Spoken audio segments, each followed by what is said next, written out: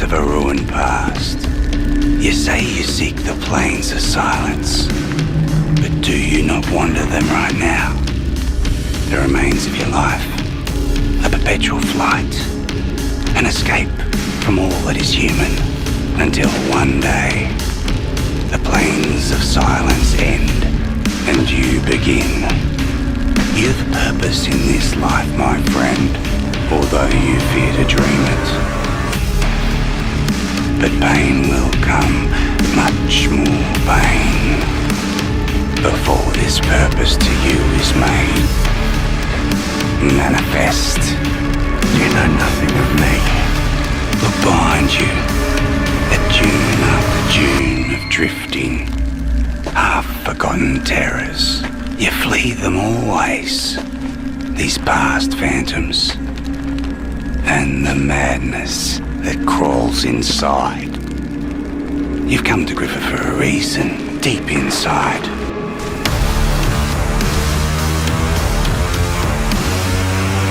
Lies your strength. Griffer can help.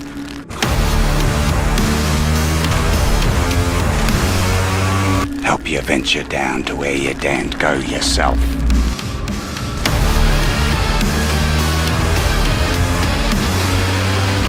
And lay bare your true promise.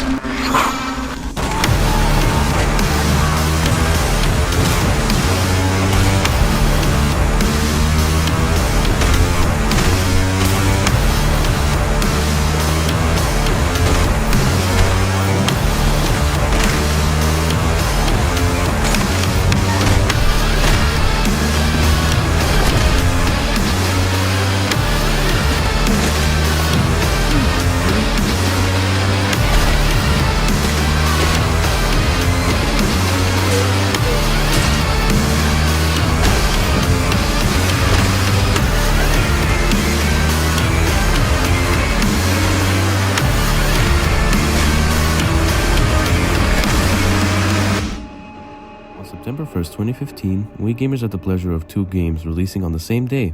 Those two games being Metal Gear Solid 5 and Mad Max. Me, like most of the other gamers that day, decided to get MGS5 because of it being made by the esteemed video game developer Hideo Kojima and his team. So Mad Max was kind of left behind with 1 million sales to its name. But in 2020, I had the luxury of purchasing Mad Max on discount and played it for around 5 hours before I got bored of it. Now though, in 2024, I decided to replay Mad Max because I just wanted to clear some games off my backlog. And after sinking a lot more time with the game, I wanted to talk about my experiences and the fact that this game is a sort of lost gem for gaming. And also, for further clarification, this isn't a review of the game. I just wanted to make you aware of how good it is and that it didn't deserve to be left behind. So yeah, let's go. Okay, so let's answer a few basic questions first. So, you play as Max, who's allegedly mad, and you're seeking the Plains of Silence, but to get there, you need a very strong vehicle. What happened to the other car that you see in the intro of the game? Well, it got scrapped by this guy Scortus' goons, which Max didn't really appreciate. So, with the help of Chum Bucket, which represents an engineering student about 4 semesters in, you seek to build a car strong enough to get you to the Plains of Silence. And after that small intro, you're free to roam and continue your story.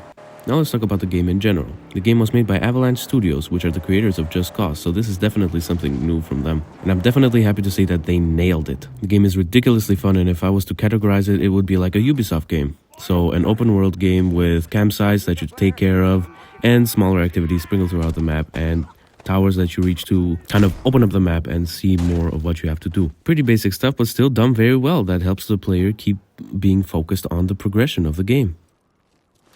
Focusing more on the mechanics. All the campsites have one main objective, which is normally to blow something up, and they sometimes have security around the perimeter. Once you're inside, however, you also have some optional stuff you can do, like collecting scrap, destroying Scortus symbols, or reminiscing on the past. Like a body, every organ just shut down. Once you've completed the campsite, you remove control from the region, and you also get a supply of scrap that gets added to your inventory every 40 minutes.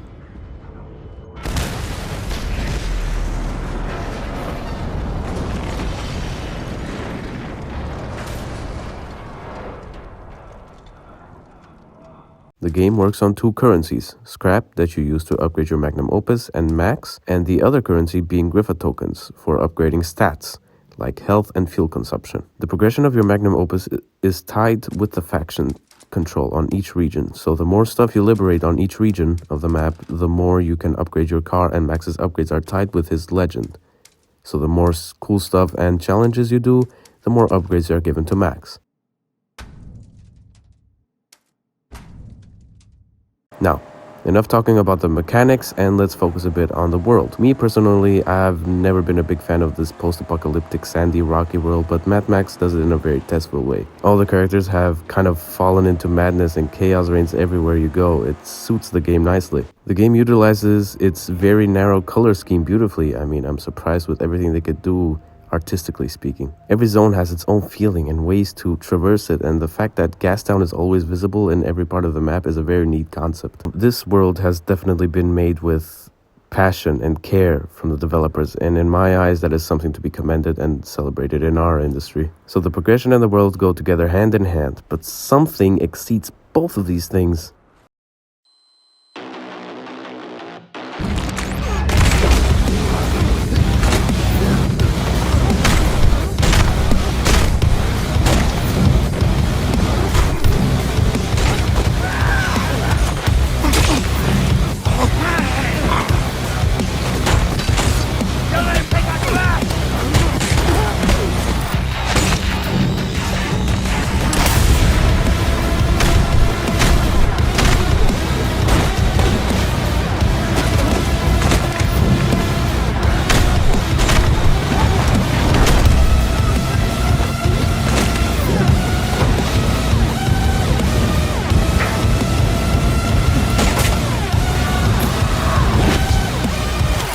The entire group that worked on the combat in this game deserves the highest praises and respect, goddammit. It's insane that they could make something so simple and yet so satisfying. Every punch thrown feels like I'm breaking every bone my fist comes into contact with.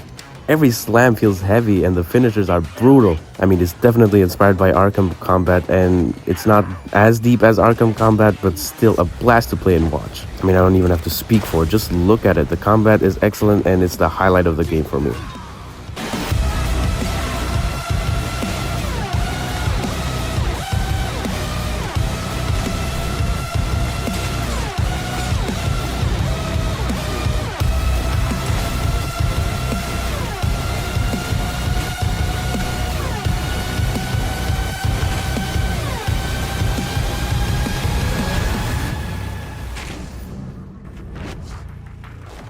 Now, if you look at the video, I've only talked about positive things about this game. So only the good stuff.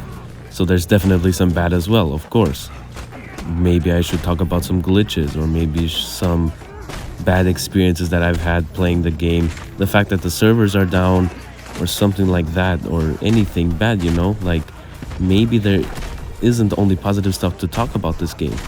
Maybe I should look somewhere else, and that's what I was thinking while I was just in the process of making this video, is the fact that I should probably mention other stuff, not only positives but also maybe some negatives. And I kept racking my brain. I kept thinking there should be something here that isn't good, and I thought maybe the vehicle combat.